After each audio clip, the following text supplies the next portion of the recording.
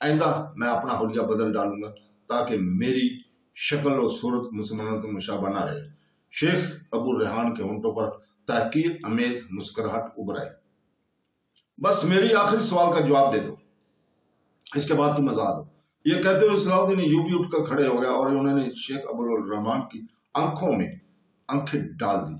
شیخ الجبال، سنان اس وقت کہاں ہے؟ مجھے اس کی ایک ایک پناہ گاہ کا سراغ چاہیے۔ سنان کا نام سن کر ایک لمحے کے لیے شیخ ابو ریحان گھبرا گئے۔ انہوں نے اپنے آپ کو سنبھالتے ہوئے سخت لہجے میں کہا، میں کسی شیخ الجبال کو نہیں جانتا۔ صلاح الدین ایوبی نے اس کے بعد شیخ ابو ریحان سے کوئی سوال نہیں کیا، بس اپنے سپاہیوں سے مخاطب ہو کر اس قدر بولا، تم ان لوگوں پر اتنا تشدد کرو کہ ان کی زبانیں سینوں میں چھپے ہوئے راز اگلنے پر بھی مجبور ہو جائیں۔ صلاح الدین ایوبی کا حکم سنتے ہی شیخ ابو ریحان ہذیانی انداز میں چیخ اٹھا، کیا یہی اسلام ہے کہ تم غیر مسلموں کا جرم بتائے بغیر ان پر ظلم ڈھاتے ہو؟ صلاح الدین ایوبی نے شیخ ابو ریحان کے اس سوال کا جواب نہیں دیا، بلکہ اپنے سپاہیوں کے لیے نیا حکم جاری کر دیا، پورے دارالعمل کا محاصرہ کرو اور اندر داخل ہو کر ایک ایک چیز کا بغور جائزہ لو، یہاں تک کہ پوری عمارت کا فرش کھود ڈالو۔ اگر وہاں کچھ اور خدمتگار موجود ہوں تو انہیں بھی گرفتار کر کے پوچھ گچھ کرو، شیخ الجبال کے خفیہ ٹھکانے کہاں ہیں؟ وہ راز شیخ ابو الرحمان اور دوسرے شیشان پر بہت بھاری تھی۔ صلاح الدین ایوبی کی طاقتور سپاہی تھوڑے تھوڑے وقفے سے ان پر نازیانیاں برسا رہے تھے۔ ان باطنی قیدیوں کے لیے ایک الگ خیمہ مخصوص کر دیا گیا تھا جسے سینکڑوں مصری سپاہی گھیرے میں لیے ہوئے تھے۔ صبح ہوتے ہوتے شیخ ریحان اور دوسرے شیشان کے لباس دھجیوں میں تبدیل ہو گئے تھے اور جسم کے ہر حصے سے خون رس رہا تھا۔ نماز فجر ادا کرنے کے بعد جب سلطان صلاح الدین ایوبی اس خیمے میں داخل ہوئے تو سب کے سب زمین پر نیم جان پڑے ہوئے تھے، مگر ابھی تک کسی نے زبان نہیں کھولی تھی۔ میں طے کر چکا ہوں کہ تم لوگ یا تو شیخ جبال کی مکمل نشاندہی کرو گے یا پھر تمہیں موت کا ذائقہ چکھا جائے گا۔ مجھے یہ نہیں معلوم کہ تم لوگ کس عقیدے سے تعلق رکھتے ہو، اس لیے میرے سپاہیوں کو وصیت کے طور پر بتا دو کہ تمہاری آخری رسمیں کس طرح ادا کی جائیں۔ یہ کہہ کر صلاح الدین ایوبی جانے کے لیے مڑا ہی تھا کہ شیخ ابو ریحان زمین پر پڑے پڑے کڑا رہے تھے۔ خدا کے لیے مجھے تھوڑی سی شراب پلا دو تاکہ میں تمہیں کچھ بتانے کے قابل ہو سکوں۔ نازنیوں کے برات اور موت کے خوف نے شیخ ابو ریحان کو زبان کھولنے پر مجبور کر دیا تھا۔ پھر مجھے دارالعمل لے چلو۔ شیخ ابو ریحان نے کامتے ہوئے لہجے میں کہا، وہاں شراب بھی ہے اور وہیں شیخ الجبال کی پناہ گاہ بھی موجود ہے۔ شیخ ابو ریحان کا گداگر انداز دیکھ کر سلطان صلاح الدین ایوبی کو ہونٹوں پر فاتحانہ تبسم ابھر آیا۔ پھر شیخ ابو ریحان اور دوسرے زخمی شیشان کو دارالعمل لے جایا گیا۔ خود صلاح الدین ایوبی بھی پوری طرح مسلح ہو کر اپنے حفاظتی دستے کے ساتھ دارالعمل میں داخل ہوا، جہاں اس کے سپاہی جگہ جگہ سے فرش کھود رہے تھے، مگر انہیں کسی قسم کی کامیابی حاصل نہیں ہوئی تھی اور ہو بھی نہیں سکتے تھے، کیونکہ دارالعمل ایک انتہائی پیچیدہ طلسم قدر تھا۔ اسپین کے طلسم تلسطلا کے طرح جسے بڑے ماہی گیروں نے تعمیر کیا تھا۔ آخر جاں بخشی کی شرط پر شیخ ابو ریحان نے دارالعمل کے طلسم قدا کا ایک ایک راز کھول دیا۔ یہاں تمہارا تہ خانہ، تہ در تہ اور بیچو تہ خانے موجود تھے، جن تک کسی رہنما گائیڈ کے بغیر رسائی حال ممکن نہیں تھی۔ تہ خانوں میں سینکڑوں خوبصورت عورتیں اور دیگر منتظمین روپوش تھے۔ شراب اور کھانے پینے کے سامان کا بہت بڑا ذخیرہ موجود تھا۔ جگہ جگہ حسن بن سبا کے بت نصب تھے۔ یہی وہ سرن بھی موجود تھی جو شام کی سلسلہ کوہسار تک جاتی تھی۔ اسی سرن کے ذریعے شیخ الجبال سنان اپنے طلسم قدے میں آتا ہوتا اور خطرے کے وقت اسی راستے سے گزر کر اپنی پہاڑی پناہ گاہوں میں روپوش ہو جایا کرتا۔ صلاح الدین نے فوری طور پر ان تمام عورتوں اور دارالعمل کے خدمتگاروں کو گرفتار کر کے ایک طویل اور عریض کمرے میں بند کر دیا۔ شراب کے تمام مٹکے، سرائیاں اور دیگر سامان توڑ دیا گیا، مگر حسن بن سبا کے سارے مجسموں کو حفاظت کے ساتھ مصری خیموں میں لے جایا گیا۔ شیخ ابو ریحان کے حکم پر اس کے ایک خاص خدمتگار نے تمام غاروں کی نشاندہی کر دی جہاں شیخ الجبال اور اس کے 5000 مسلح افراد چھپے ہوئے تھے۔ مکمل معلومات حاصل کرنے کے بعد صلاح الدین ایوبی نے شیشان کے خلاف اپنا نقشہ جنگ ترتیب دیا۔ پہلے اس نے شام کے تمام علاقوں سے سینکڑوں من لفظ مٹی کا تیل، روئی اور کپڑا جمع کیا۔ پھر ہر غار کے دہانے پر 500 مسلح سپاہی کھڑے کر دیے۔ شیشان کے فرار کے تمام راستے بند کرنے کے بعد والی مصر نے دارالعمل کے سرنگوں سے اپنی جنگ کا آغاز کیا۔ سب سے پہلے بہت دیر تک سرنگ میں مٹی کا تیل بہایا گیا، پھر روئی اور کپڑے کو تیل میں بھگو کر ان کی مشلیں بنائی گئی۔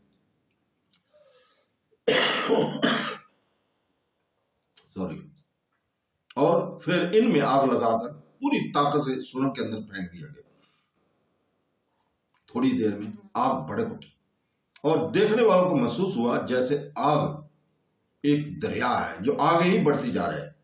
یہی عمل تمام غاروں میں دہرایا گیا تھا۔ جہاں تک بہایا جانے والا مٹی کا تیل پہنچ سکتا تھا وہاں تک مشلوں سے آگ لگا دی۔ صلاح الدین ایوبی کا حکم تھا کہ سرنگ اور غاروں کے دہانوں کی آگ ایک لمحے کے لیے بھی بجھنے نہ پائے۔ نتیجن مصری سپاہی تھوڑی تھوڑی دیر بعد جلتی ہوئی مشلیں اندر پھینک رہے تھے تاکہ شعلوں کی تپش اور دھوئیں کا تسلسل جاری رہے۔